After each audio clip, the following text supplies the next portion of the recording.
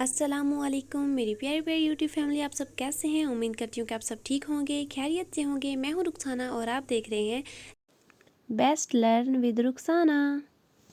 So friends, जैसा कि आपको पता है कि आजकल बहुत ज़्यादा सर्दी है और हमारा दिल करता है कि हम लोग कुछ गर्मा गर्म खाएं, क्रिस्पी स्पाइसी। सो इसी मौसम को मद्देनज़र रखते हुए मैंने सोचा है कि आपके साथ कुछ ऐसा शेयर किया जाए जो कि आपको घर में हर चीज़ अवेलेबल हो और आप इजीली इसको घर में बना सकें। फ्रेंड्स, ये रेसिपी बहुत ही मज़ेदार और बहुत ही टेस्टी है। इसे आप अपने मेहमानों के लिए भी बना सकते हैं। ये आउटसाइड क्रिस्पी है और इनसाइड से बहुत ही ज़्यादा टेस्टी और मज़ेदार है। और तो और इसमें मज़े की बात यह है कि इसे आप अपने घर में पड़ी चीज़ों से बना सकते हैं, जो कि आपके घर में नॉर्मली पड़ी होती हैं चीज़ें, उन्हीं से आप इसको बना सकते हैं। आपको बाज़ार से कुछ भी लेने की ज़रूरत नहीं पड़ेगी। तो शुरू करते हैं रेसिपी को शुरू करने से पहले आपको पता है कि चैनल को सब्सक्राइब करना होता है, तो जल्दी से चैनल को सब्सक्राइब कर लें।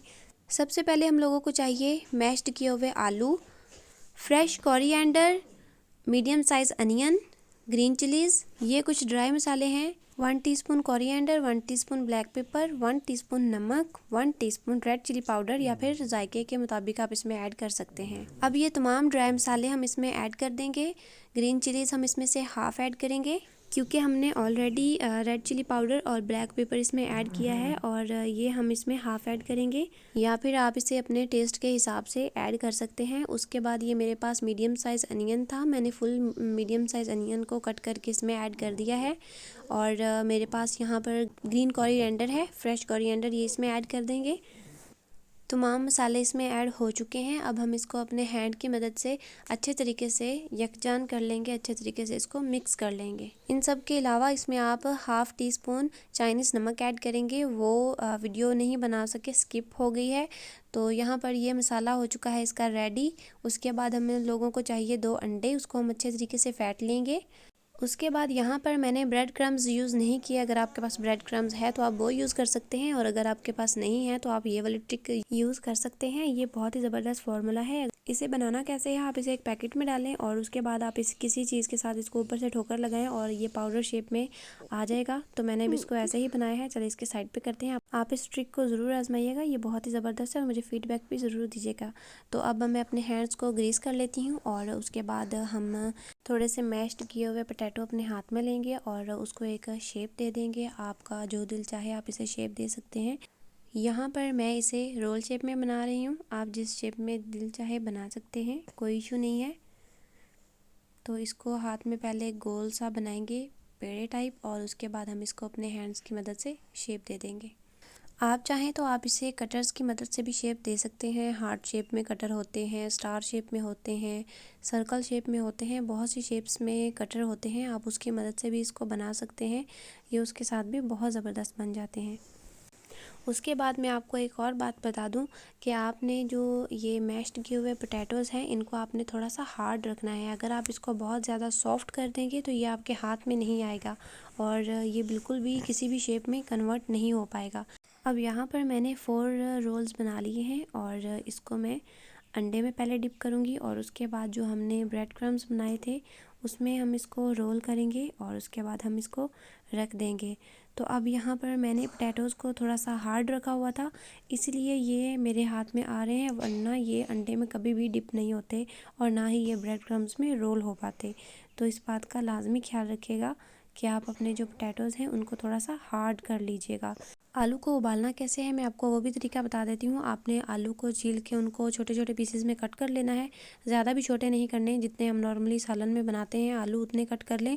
और उसके बाद आप उसको एक बाउल में या जिसमें भी आपने उबालने हैं उसमें उबाल लें। उसमें 1 चम्मच नमक भी ऐड कर दें ताकि जो पोटैटोज़ हैं वो फीके ना हों। और उसके बाद जब वो उबल जाएँ उसको एक टोकरी में रखें ताकि वो अच्छे तरीके से ड्राई हो जाएँ और ठंडे हो जाएँ। ठंडे होने के बाद उसको मैश करें। अगर आपने गरम गरम मैश किया तो वो ये पानी छोड़ देंगे और बिल्कुल भी रेसिपी अच्छी नहीं बन पाएगी। और रोल्स बन के सारे रेडी हो चुके हैं और मैंने इसमें कुछ गोल शेप में भी नगेट्स बनाए हैं। देखें, ब्रेड क्रम्स हमने नहीं लगाए, लेकिन हमने जो ब्रेड क्रम्स बनाए हैं रस की मदद से वो कितने ज़बरदस्त लग रहे हैं, पता भी नहीं चल रहा कि हमने ब्रेड क्रम्स लगाए हैं या फिर रस। और अब हम तेल गरम करते हैं इसको फ्राई करने के लिए।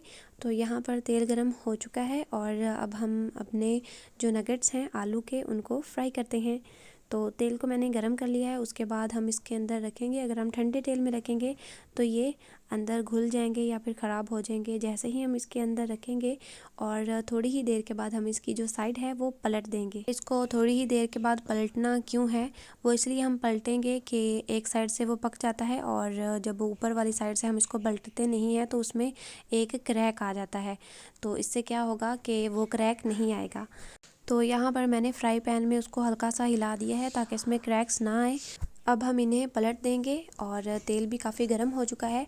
अब हम क्या करेंगे, फ्लेम को हम लो कर देंगे और मीडियम फ्लेम पर हम इसको ब्राउन कलर आने तक पकाएंगे ताकि जो हमारे नगेट्स हैं वो बाहर से अच्छे तरीके से क्रिस्पी हो जाए।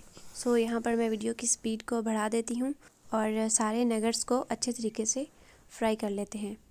सो यहाँ पर ये नगेट्स फ्राई हो चुके हैं और दूसरे भी उसमें ऐड करके उनको भी अच्छे तरीके से ब्राउनिश कलर आने तक मैंने फ्राई कर लिया है। अब बारी है गोल नगेट्स की। इनको हमने किस तरह से फ्राई करना है ये मैं आपको तरीका बता दूं।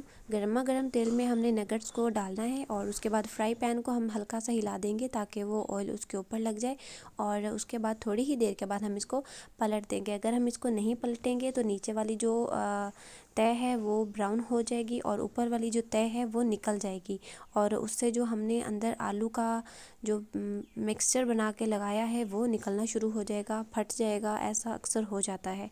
तो उसको नीचे से हल्का सा पकाने के बाद इसको हम फ़ौरन से पलट देंगे। अब एक साइड से ब्राउन कलर आने तक हम इसको पकाएंगे और उसके बाद दूसरी साइड चेंज करके इसको दूसरी साइड से हम ब्राउन कर लेंगे और उसके बाद ये रेडी है। बहुत ही खूबसूरत और शानदार क्रिस्पी आलू के नगेट्स रेडी हो चुके हैं।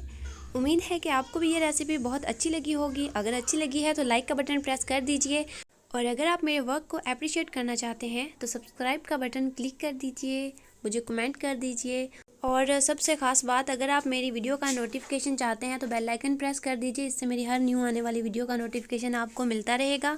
And thanks for watching.